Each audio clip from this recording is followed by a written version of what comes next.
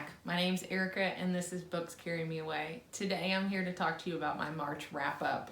And in March I read a total of 6 books. I have 5 pictured here, but one I had to get rid of. And with these 6 books that I read 1,485 pages, and I don't know that off the top of my head or keep that tally. I do it at the end of the month to put it into my book journal that I keep. And with those books, I had 2 5-star reads, 2 4-star reads, 1 3-star read, and a complicated do not finish DNF 3-star read. And in the 6 books that I read 2 adult fantasies, 1 young adult fantasy, 2 contemporary romances, and 1 it was a contemporary fiction book. Since this is my first one, I'm going to kind of talk about how I'm going to do this or how I kind of review my books or enjoy my books. So the first thing that I really kind of want to go in a good direction is world building. I want to be able to see the setting. I want the author to describe where they're at. I want them to be able to tell me kind of how their infrastructure works in regards to political, or is it more religious based? And then are we seeing the magic built up, or is it just this flop on the table of this is the way magic works and that's about it, and everybody, this person can use it and this person can't. That's not really what I'm looking for. Then I also look at plot. And I don't know if I'm necessarily more a plot-driven person or a character-driven person. You know, you can have slow spots in plot and it still be a good book, but if it drags and I don't want to pick the book up and I don't really care what happens to the characters or their growth or where this battle is gonna happen, or if it happens, if there's big plot holes in regards to like, okay, how did they get from point A to point B, or is this string kind of just hanging out loose for the whole entire book? And that type of stuff annoys me in regards to plot, and what I'm looking for is something that ties up the majority of the loose ends. Am I wanting to pick this book up? Is it one that I, don't want to put down? And am I seeing like both the story grow and the characters grow? And that's the last thing that I really kind of, want to review or just kind of talk to you guys about, is also characters, how they use the world and how the plot uses them. So in regards to plots, definitely a nurse, plots and characters became plots. Characters, I'm looking for ones that are strong in their makeup, in their convictions, in their ways. Like, they don't even have to be good. They can be bad characters and I can love them, and I love to hate a villain, and I love to hate a bad guy, and I love to love a good character. I want them to just, have some growth, have some morals that they stand on, and so I really want to find a story that I enjoy all 3 things, and sometimes that doesn't happen. We all want it to, but the other big thing that I'm also going to work on is the star ratings. And a lot of people do it here on BookTube, a lot of people do it on Instagram, Goodreads does it, things like that. I kind of do it. I'm really going to try to work on it now that I started a BookTube channel. And the first star, the 1-star read, are going to be the ones that I don't like and that I don't have any emotional connection to. I don't ever want to see these books again.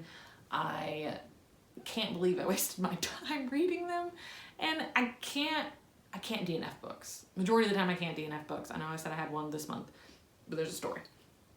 I don't DNF books. I rarely have ever, done that. There's a meme or a bookmark that's like, Mama didn't raise no quitter, or so 1-star reads are the ones that I'm like, oh my God, why did I do this to myself? And sometimes if the ending really sucks and there's giant plot holes or strings, or it was just too weird and, far-fetched in regards to like the whole scheme of things, I give books 1 stars, because I won't give DNFs or 0s, because there's actually, somebody put words on a page, so I'm going to give them at least 1 star. 2 stars are going to be the ones that I read and I didn't have a problem picking them up, but I just didn't really like the growth of the story, plot, character, world. I just didn't like it. There's a difference between hating a book and there's something I'll just keep on the shelf to fill some space at the moment, and then we'll replace that later, and then unhaul, things like that. 3-star books are going to be the ones I'm gonna meh. They're okay. I'm gonna maybe remember them. I'm gonna kind of not remember them. And plot lags, ones that I didn't emotionally get invested in, and all that type of stuff. I'm a very emotional reader. And then my 4-star books are gonna be the ones that I really enjoyed, that I felt like I got what I wanted out of the story, or where I thought the story was gonna go. Do have the plot twists that grab you and all that stuff, so that's gonna be your 4-star reads. And they're the ones that you see it on your bookshelf and they give you the good feelings. And I have a lot of 4-star reads and a chunk of 3 stars. My 5-star reads, I don't know, I feel like I have a couple of those that I give those out a little bit more freely, because once I get invested and, you know, the book gets that hook in me and all that type of stuff, it's like I love it and I'm obsessed with it. So those are my 5-star reads, the ones that I absolutely probably would grab if there was a fire. And I love these books. They're the world building, just completely immersive, and the characters I loved, and, you know, the villains I even loved, and, you know, I was hating them right along with the characters, and plot moved. There wasn't a ton of loose strings. Everything seemed to wrap up in a sense. And they're the ones that I see them on a bookshelf, or I see somebody in the bookstore and they're kind of like hovering around it, or they have it in their hands, and I'm like, oh wait, you need to read that book, and I have to kind of explain it all. I think there was one a couple weeks, it was a couple months ago, not weeks, we've been in isolation for 3. Somebody had A Curse So Dark and Lonely in their hands by Bridget Kimmer, and I know for a fact, I was like, oh my God, you need to read that, because that was one of my 5-star books. And this is all, like I said, based on my own feelings. So, you know, don't completely attack my feelings. I'm totally up for discussion, but I'm not going to attack your own feelings in regards to like your ratings that you give other books. I'm going to love some books that you hated. You're going to hate some books that I loved.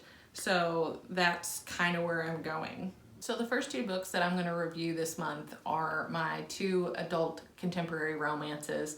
I think those are going to be the hardest ones, so I don't know why exactly I'm starting with the 2 hardest books to review. But they're hard in the sense of, it's a romance. We're reading it for the fluff and the good stories, and we know that they're going to end up together. That's why we're reading it and all that type of stuff. Sure, they have the trials and tribulations, but you know what the end result is going to be, they're together. So bear with me in regards to trying to summarize the book, but also not spoiling their love story. So the first book that I read and was one of my 5-star reads was Waiting on Tom Hanks by Carrie Winfrey. If you are a lover of all things rom-com, so the late 80s, early 90s, 2000s, so I'm talking about like the Tom Hanks and Meg Ryan movies, You've Got Mail is my absolute favorite rom-com, and there's little like snippets and little references to the movies that we love from that era. And so like Sleepless in Seattle, You've Got Mail, How to Lose a Guy in 10 Days, When Harry Met Sally, While You Were Sleeping, Notting Hill. There's a little snippet at the end and a nod towards Notting Hill, which I loved. So this is my 5-star read. It was my first Carrie Winfrey novel. I believe it is also her debut novel. And so the story is about Annie, who is a screenplay writer, and Annie is a little bit stuck in her routine and isn't comfortable making that jump to, say, New York or Los Angeles to further her career. She lives in the town and the home that she grew up with her mom, and her mom has passed away. And the big thing for her and her drive for becoming a screenplay writer was that she loved rom-coms, and she wants to write a rom-com like Nora Ephron, the big rom-com queen of the late 80s and 90s. And she is just kind of like, if I move, then I'm disconnecting myself from those memories, this routine, these friends, these family members that, that I still love and adore. And so she eventually gets the opportunity to work in a film because a director brings a film to Cleveland to start shooting, and she gets the opportunity to work on set, and on set bumps into the main male character in the story, Drew. And Drew is a male actor that used to do a bunch of action movies, and he now is trying to make that jump into rom-com. And as prankster type guy, he doesn't take things too seriously, or at least that's what he puts on. And they kind of clash. It's a love to hate relationship. And Annie eventually finds out through just kind of him not necessarily connecting with the screenplay or the script for the movie that he hasn't seen all the great rom-coms that she grew up with and that like inspire her. So they eventually kind of, you know, start working together and their story blossoms. They do little coffee dates. He starts kind of hanging out in the coffee shop that she writes at, and her best friend works there, and Nick is Chloe's boss, which is the best friend. And Annie is actually writing a secret screenplay about them and their potential romance. And I hear that that is what the second book, so she's got another book coming out in July. It's actually coming out on my birthday, yay. And it's called Not Like the Movies? And I'll make sure I correct myself down below if it wasn't. But overall, I mean, the world building was great in the fact of it was Cleveland, Ohio, and you felt and you had descriptions about the town, the streets, the neighborhood, the coffee shop, and she was good about like setting up this small coffee shop and the way that they play music and the smells and the sounds and the, you know, all that type of stuff was great. So you felt very immersed in that story with Annie and Drew.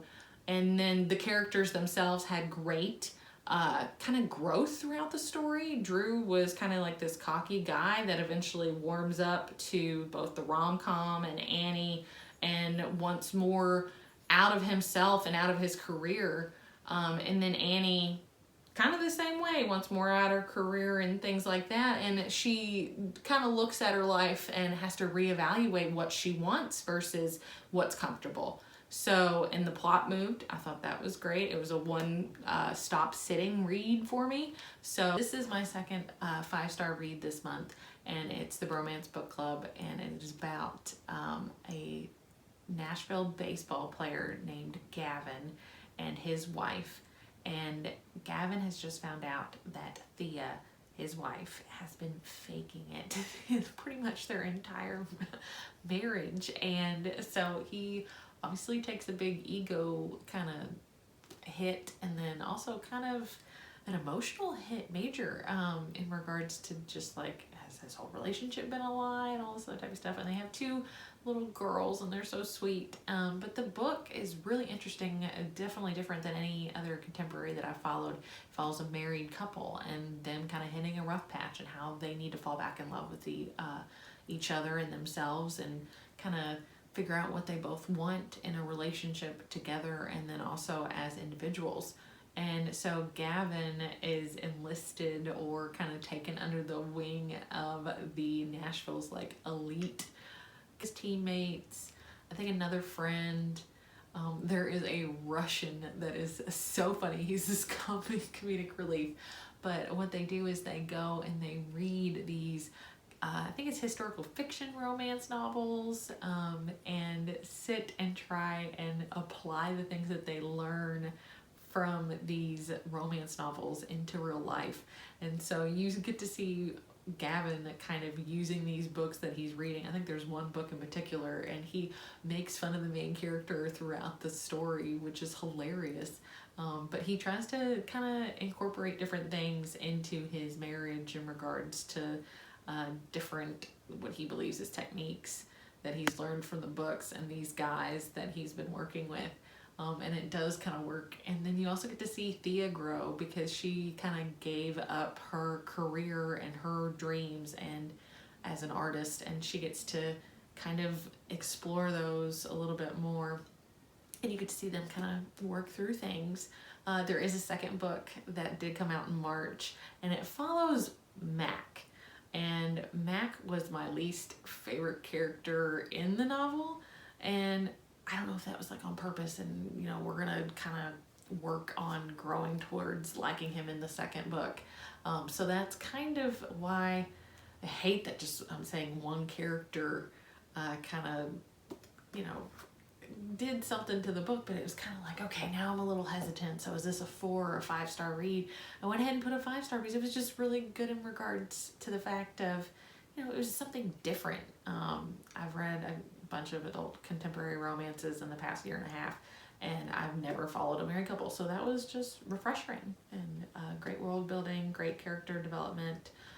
Plot was good. I thought it felt like it moved. And I think it was a 2-sitting read for me, and those were my 2 contemporary romances that I read this month. And so let's stick these over here. The next genre that I kind of conquered was adult fantasy.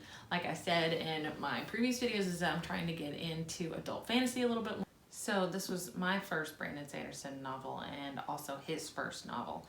I heard it was a little bit hard to kind of get connected with Brandon Sanderson. With starting with this novel, a lot of people recommend that you start with The Final Empire. I'll be interested to see once I read The Final Empire this month. But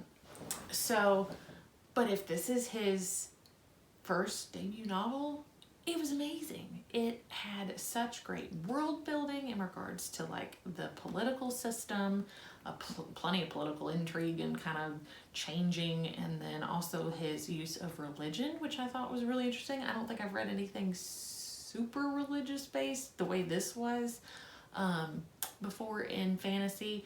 I think that's where like the bigger, chunkier novels, 1,000+ pages, probably do have a lot of the political and religious kind of worked in together. But I thought I did a really great job in regards to giving it good and a bad side. And Raiden is the prince of Kai, which is the city that is outside of Elantris. And Elantris was this city of the gods. And 10 years ago, the city of the gods, where everybody was blessed with power and just strength and was this pearly white city, started to rot, started to decay, and what was called the Shroud started infecting people, and it kind of created this rotting sense in both the people and in the city, so they closed it off. Well, one morning Raiden wakes up and he has been infected, so he is thrown into the city of Elantris, and inside of Elantris he has to kind of have his own storyline. But then there's a second main character, and it is the princess that he was supposed to marry, and she shows up on the day that he gets infected, and it was this big surprise. They had never met, and she is such a kick-ass princess. She uses her intrigue and her femininity to her advantage throughout the story, and I just really enjoyed it. And I always forget her name, Serene, or I think it's Serene. I listened to the audiobook, and I think he called her Serene, and definitely I didn't know it was going to be a romance, so I was super excited that there was that. But the big undertone in there was the political system, and in regards to shuffling of nobles and the kingdom, and kind of how people were being treated, including the Elantrians themselves. And then there was a priest. I don't know if they called him a priest or a deacon. I can't remember what they called him.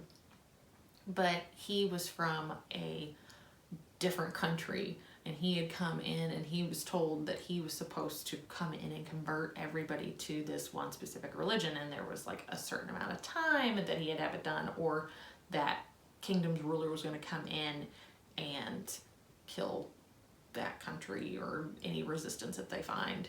And so Serene had to then kind of fight this religious political objective, along with finding out where she now fit in without her husband.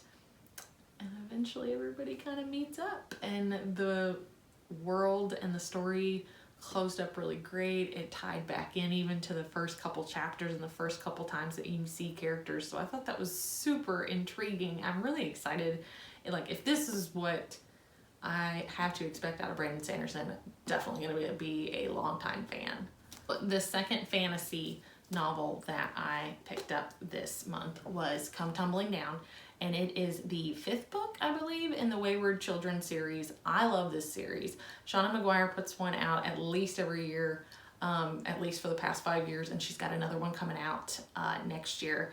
And so what the Wayward Children series follows, or who that follows, are these children that come back from these portal fantasy worlds, and they are now thrown back into real life, and they don't know where they fit in and how to go on with their lives. And so at Eleanor's Wayward House for Eleanor's House for Wayward Children, she is either trying to help them spend their time until they go back and they're able to find their door that they went through, or how they're going to move on with their life here in the human world. And so this book follows Jack and Jill, and it follows them after the events of Every Heart a Doorway. And Jack and Jill are my favorite characters. Jack is by far my favorite because she's just so dark and witty and humorous in ways that she shouldn't be, but it's fun. And I love the Moors, which is the world that they're from, and it's kind of like a Dracula Frankenstein type world, dark gothic type thing.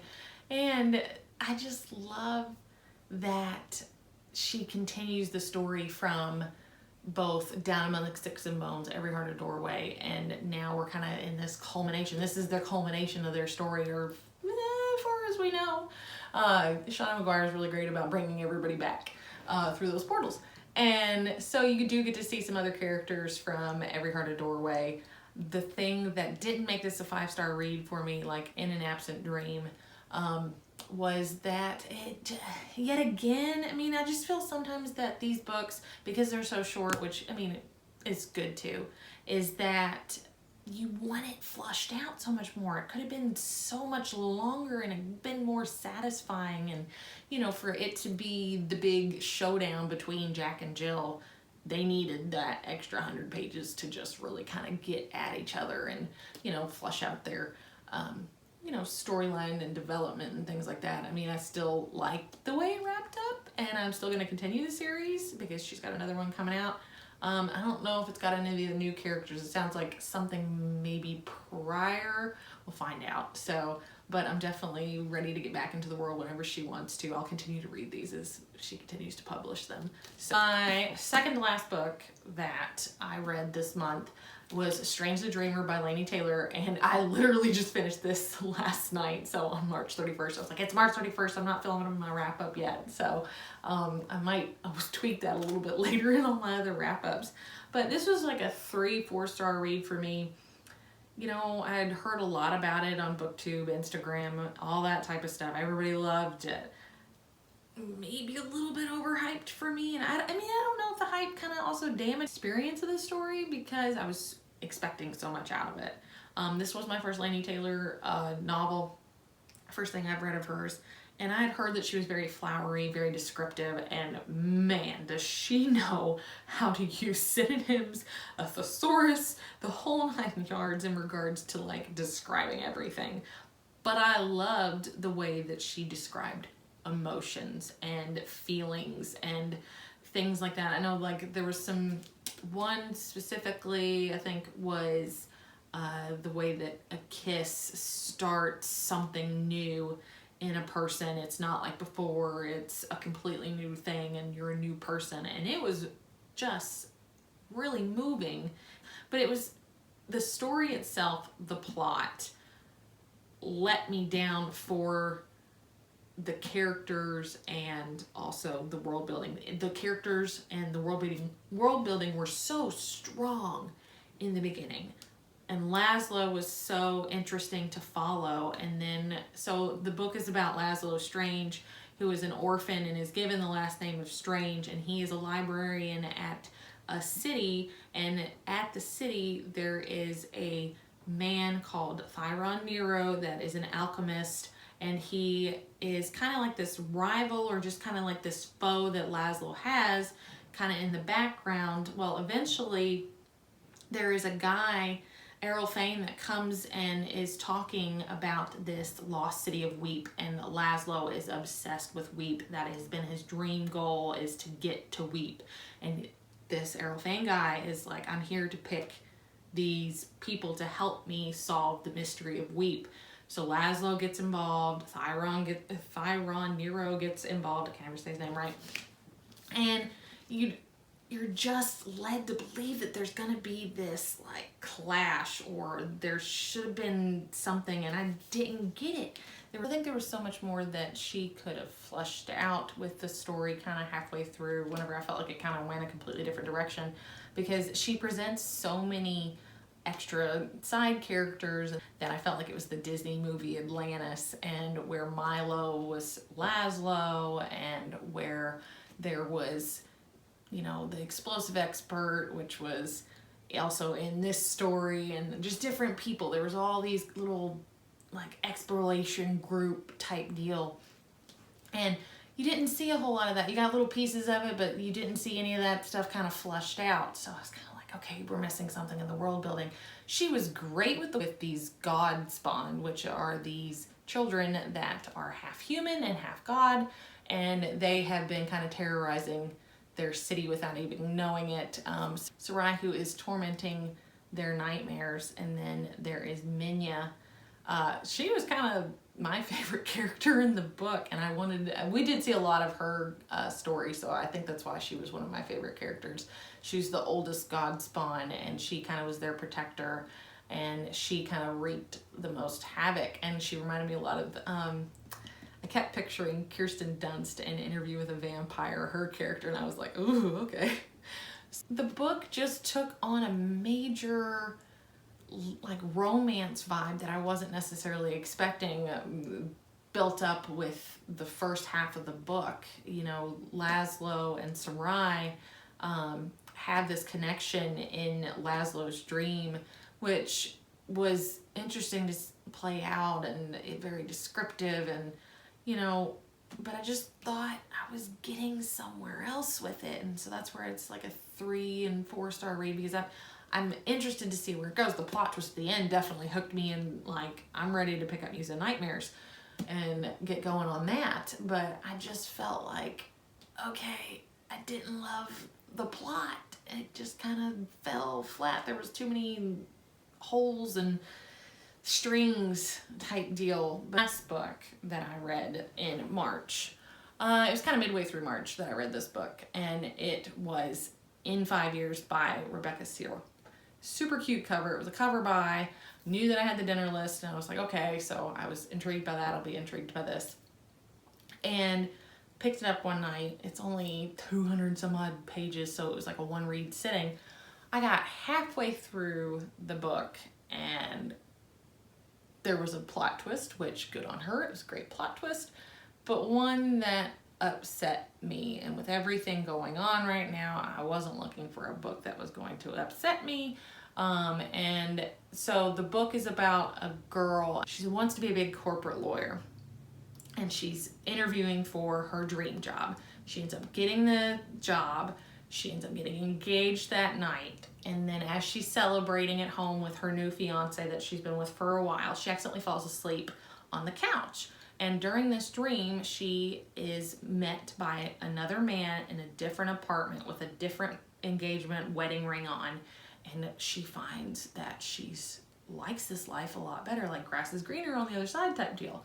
And she's just so shaken by it whenever she wakes up that she's like, okay, like, is this really what I need to be doing? Well, meets up with her best friend that she's grown up with since childhood type deal. They're each other's family. And she goes and she meets her best friend for dinner. And at dinner, she meets the best friend's new boyfriend. Lo and behold, it's the guy from her dream. I'm like, okay, that sounds like, woo, okay, let's see where this goes. I don't know what's going to happen. And they end up going on vacation together. Some exciting things happen. And then the shoe falls. It's a good plot hole twist shoe to fall, but I just can't handle that topic. And there's certain things I can't read anymore since I've had all my health things, And I tried to push through it a lot. I think I read it probably 50 or more pages once it kind of found out what it was. And let me tell you, right on the nose, if you want to know what certain things are like, that's the book to read. But I couldn't do it. I kind of flipped through the pages a little bit more and I was like, I can't read this. I can't, watch this happen to this person and these characters and all that type of stuff, which kudos. You got me invested in the story and in the characters. It was going somewhere. That's why I feel like I can't give it like a 1 star because, I didn't hate I hated the topic. I didn't hate the plot. I didn't hate the world. I didn't hate the characters. But that's kind of my thing. It was kind of like a trigger warning thing. I was like, there was a trigger warning for this. And it was my own personal trigger. And it wasn't even in the synopsis anywhere. So I was kind of like, what the hell? But yeah, I kind of had to put that one away. I had my husband donate it because I didn't even necessarily want it on my shelves. So I picked up Come Tumbling Down and picked that up and went in a dark fantasy world, and it made me feel a lot better. So just read stuff that makes you feel good. Don't read stuff that like puts you in a funk or dark place, and especially right now with everything going on in the world. But thanks for listening, and thanks for kind of working with me with all these different things for the first wrap up. I'm excited about next month. I'm excited about the Magical Readathon. And I hope that you get wrapped up in a good book and get carried away by the story. Take care. Bye. To editing. I'm gonna edit this out.